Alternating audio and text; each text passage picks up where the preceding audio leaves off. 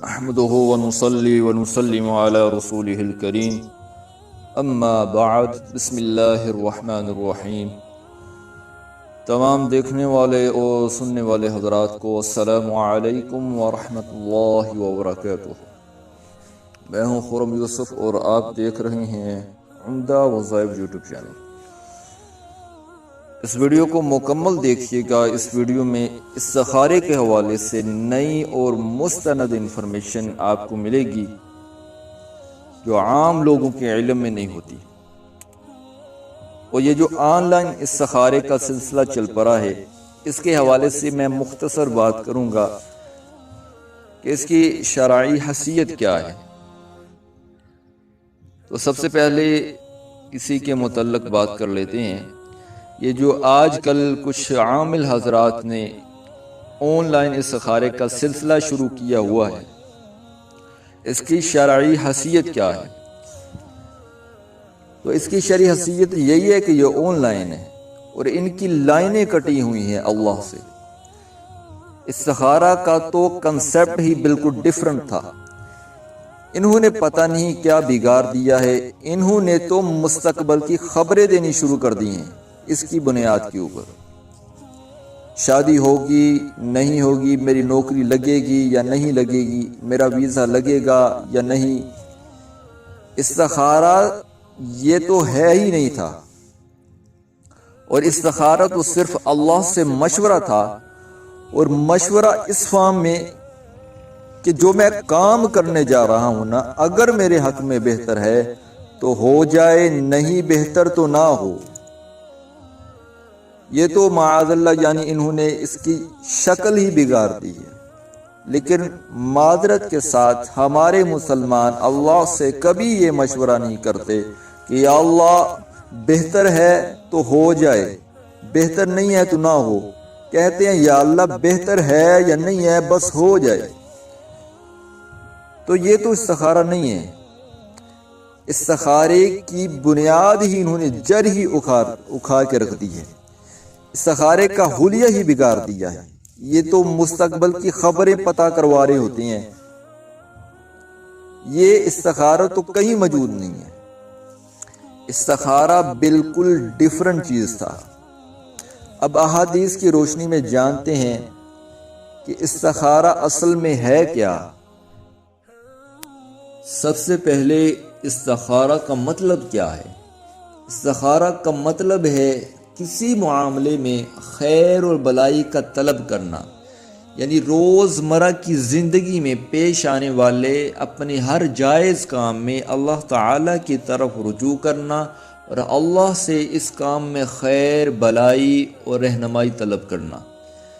استخارہ کے عمل کو یہ سمجھنا کہ اس سے کوئی خبر مل جاتی ہے تو یہ بہت بڑی غلط فہمی ہے، جس کی وجہ سے کئی غلط فہمیوں نے جنم لیا، جن کا تفصیل سے میں آگے تذکرہ کروں گا۔ استخارہ ایک مسنون عمل ہے جس کا طریقہ اور دعا نبی صلی اللہ علیہ وسلم سے احادیث میں منقول ہے۔ حضور اکرم صلی اللہ علیہ وسلم حضرات صحابہ کرام رضوان اللہ علیہم اجمعین کو ہر کام سے پہلے اہمیت کے ساتھ استخارے کی تعلیم دیا کرتے تھے۔ حدیث کے الفاظ پر غور فرمائیے۔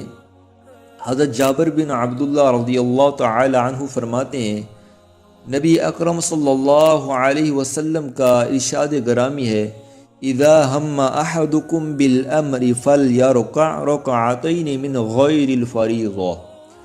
جب تم میں سے کوئی شخص کسی بھی کام کا ارادہ کرے تو اس کو چاہیے کہ فرض نماز کے علاوہ 2 رکعت نفل پڑھے۔ عن جابر بن عبد اللہ رضی اللہ عنہ قال كان رسول اللہ صلی اللہ علیہ وسلم يعلمنا الاستخارة كما يعلمنا السورة من القرآن۔ حضرت جابر بن عبداللہ رضی اللہ عنہ فرماتے ہیں کہ رسول اللہ صلی اللہ علیہ وسلم صحابہ کرام رضی اللہ عنہم کو تمام کاموں میں استخارہ اتنی اہمیت سے سکھاتے تھے جیسے قرآن مجید کی سورت کی تعلیم دیتے تھے۔ اور استخارہ نہ کرنا محرومی اور بد نصیبی ہے۔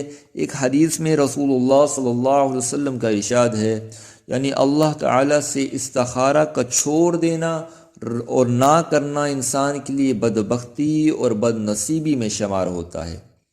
اسی طرح ایک حدیث میں حضرت سعد بن وقاص رضی اللہ عنہ سے روایت ہے کہ نبی کریم صلی اللہ علیہ وسلم کا ارشاد گرامی ہے، انسان کی سعادت اور نیک بختی یہ ہے کہ اپنے کاموں میں استخارہ کرے، اور بد نصیبی یہ ہے استخارہ کو چھوڑ بیٹھے، اور انسان کی خوش نصیبی اس میں ہے کہ اس کے بارے میں کیے گئے اللہ کے ہر فیصلے پر راضی رہے، اور بدبختی یہ ہے کہ وہ اللہ کے فیصلے پر ناراضگی کا اظہار کرے۔ یہ مشکات کی حدیث ہے۔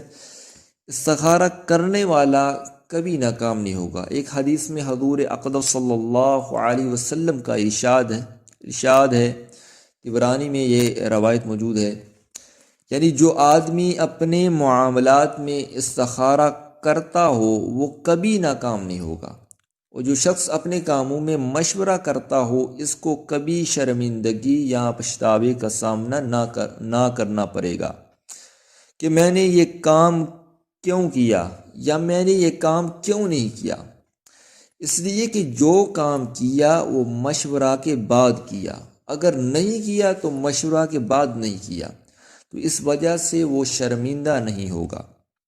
اس حدیث میں تو یہ فرمایا کہ استخارہ کرنے والا ناکام نہیں ہوگا، مطلب اس کا یہ کہ انجام کے اعتبار سے استخارہ کرنے والے کو ضرور کامیابی ہوگی، چاہے کسی موقع پر اس کے دل میں یہ خیال بھی آ جائے کہ جو کام ہوا وہ اچھا نہیں ہوا، لیکن اس خیال کے آنے کے باوجود کامیابی اسی شخص کو ہوگی جو اللہ تعالی سے استخارہ کرتا رہے۔ اسی طرح جو شخص مشورہ کر کے کام کرے گا وہ کبھی پچھتائے گا نہیں، اس لیے کہ خدا نخواستہ اگر وہ کام خراب بھی ہو گیا تو اس کے دل میں اس بات کی تسلی ہوگی کہ میں نے یہ کام اپنی خود رائی اور اپنے بل بوتے پر نہیں کیا تھا، بلکہ اپنے دوستوں اور بڑوں سے مشورہ کے بعد کیا تھا۔ اب آگے اللہ تعالی حوالے سے وہ جیسا چاہیں فیصلہ فرما دیں، اس لیے آپ صلی اللہ علیہ وسلم دو باتوں کا مشورہ دیا کہ جب بھی کسی کام میں کشمکش ہو تو دو کام کر لیا کرو، ایک استخارہ اور دوسرا استشارہ یعنی مشورہ۔ استخارہ کا مقصد کیا ہے؟ واضح ہو کہ استخارہ مسنونہ کا مقصد یہ ہے کہ بندے کے ذمے جو کام تھا وہ اس نے کر لیا اور اپنے آپ کو حق تعالی کے علم محیط اور قدرت کاملہ کے حوالے کر دیا۔ گویا کہ استخارہ کرنے سے بندہ اپنی ذمہ داری سے سبک دوش ہو گیا۔ ظاہر ہے کہ اگر کوئی انسان کسی تجربہ کار عاقل اور شریف شخص سے مشورہ کرنے جاتا ہے تو وہ شخص صحیح مشورہ ہی دیتا ہے اور اپنی مقدور کے مطابق اپنی مقدور کے مطابق اس کی اعانت بھی کرتا ہے۔ گویا کہ استخارہ کیا ہے؟ حق تعالی سے مشورہ لینا ہے، اپنی درخواست استخارہ کی شکل میں پیش کر دی۔ حق تعالی سے بڑھ کر کون رحیم و کریم ہے؟ اس کا کرم بے نظیر ہے، علم کامل ہے اور قدرت بیعدل ہے۔ اب جو صورت انسان کے حق میں مفید ہوگی حق تعالی اس کی توفیق دے گا، اس کی رہنمائی فرمائے گا، پھر نہ سوچنے کی ضرورت، نہ خواب میں آنے کی حاجت، جو اس کے حق میں خیر ہوگا وہی ہوگا، چاہے اس کے علم میں اس کی بلائی آئے یا نہ آئے، اطمینان و سکون فی الحال حاصل ہو یا نہ ہو، ہوگا وہی جو خیر ہوگا۔ تو یہ ہے استخارہ مسنونہ کا مطلوب، اس لیے تمام امت کے لیے تا قیامت یہ دستور عمل چھوڑا گیا ہے۔ استخارہ کی حکمت، حضرت شاہ ولی اللہ محدث دہلوی رحمہ اللہ تعالی نے اپنی شرح آفاق تصنیف حجت اللہ البالغہ میں استخارہ کی 2 حکمتیں بیان فرمائی۔ پہلی حکمت کا عنوان رکھا ہے فال نکالنے سے نجات اور اس کی حرمت۔ پہلی حکمت یہ ہے کہ زمانہ جاہلیت میں دستور تھا کہ جب کوئی اہم کام کرنا ہوتا، مثلا سفر یا نکاح یا کوئی بڑا سودا کرنا ہوتا، تو وہ تیروں کے ذریعے فال نکالا کرتے تھے۔ یہ تیر کعبہ شریف کے مجاور کے پاس رہتے تھے۔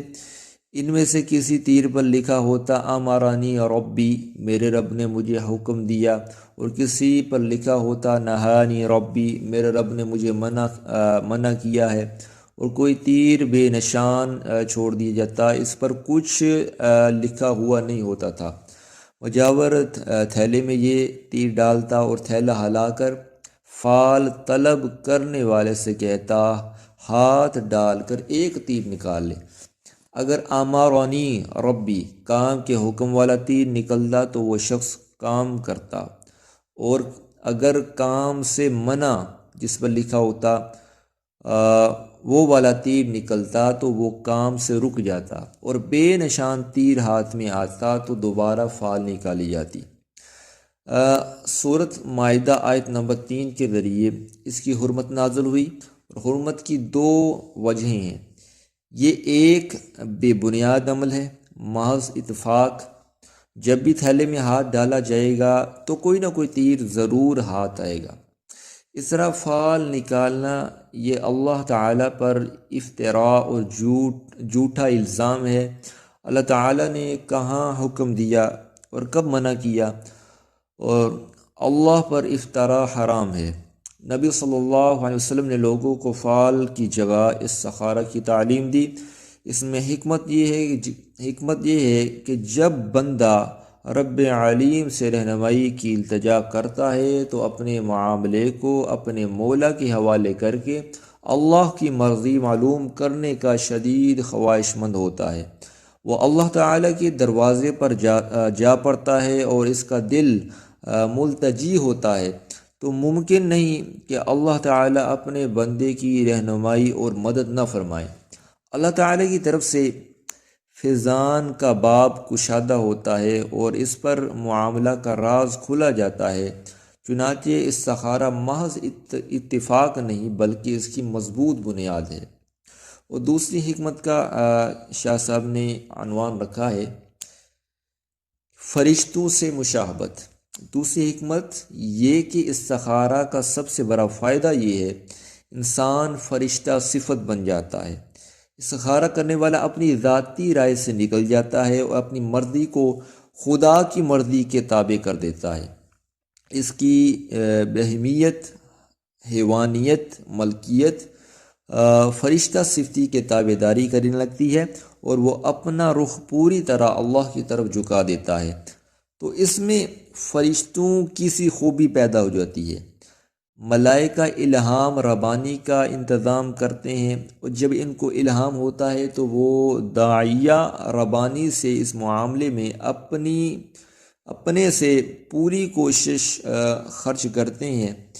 ان میں کوئی داعیہ نفسانی نہیں ہوتا۔ اس طرح جو بندہ بکثرت استخارہ کرتا ہے وہ رفتہ رفتہ فرشتوں کی مانند ہو جاتا ہے۔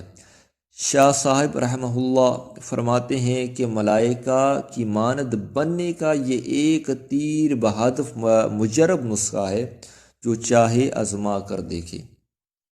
تو آج کے لیے اتنا ہی کافی ہے۔ انشاءاللہ اگلی ویڈیو میں استخارہ کا مسنون اور صحیح طریقہ آپ کے سامنے بیان کیا جائے گا۔ السلام علیکم ورحمۃ اللہ وبرکاتہ۔